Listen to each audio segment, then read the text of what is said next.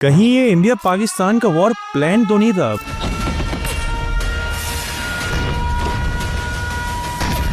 Because इसके बीच में ऐसी न्यूज बाहर आई जिसको जान के मैं बहुत शॉक्ड हूँ और आप भी बहुत ज्यादा शॉक्ड हो जाओगे। एक्चुअल में वॉर स्टार्ट हुई कहाँ से? 22 अप्रैल को जब पहलगाम में अटैक हुआ सिविलियंस पर। बट उससे थोड़ा पहले जाते हैं जब यूएसए और चाइना के बीच में टैरिफ वॉर चल रही। दोनों ही कंट्रीज टैरिफ रेट्स इतना ज्यादा बढ़ाती जा रही थी कि एक समय ऐसा आया कि जितनी भी बड़ी मैन्युफैक्चरिंग कंपनीज है like Tesla, HP, Dell, Apple, उन्होंने एक डिसीजन लिया कि ये सारा मैन्युफैक्चरिंग प्लांट मैं चाइना से उठा के इंडिया में शिफ्ट कर दूंगा। अब सारी तारें अगर तुम ध्यान से जोड़ो तो तुम्हें क्रोनोलॉजी समझ में आएगी। ये एक्चुअल में इंडिया पाकिस्तान की वॉर से पहले चाइना यूएसए का वॉर था और ये टेररिज्म के वॉर से पहले ये एक बिजनेस वॉर है। और सेम चीज पे स्टेटमेंट यूएस के इकोनॉमिस्ट ने भी दिया है। बिकॉज चाहे वो बड़ा बिजनेसमैन हो या बड़ा इन्वेस्टर, कोई भी उस कंट्री में बिजनेस नहीं करना चाहेगा जहाँ पे वॉर चल रही।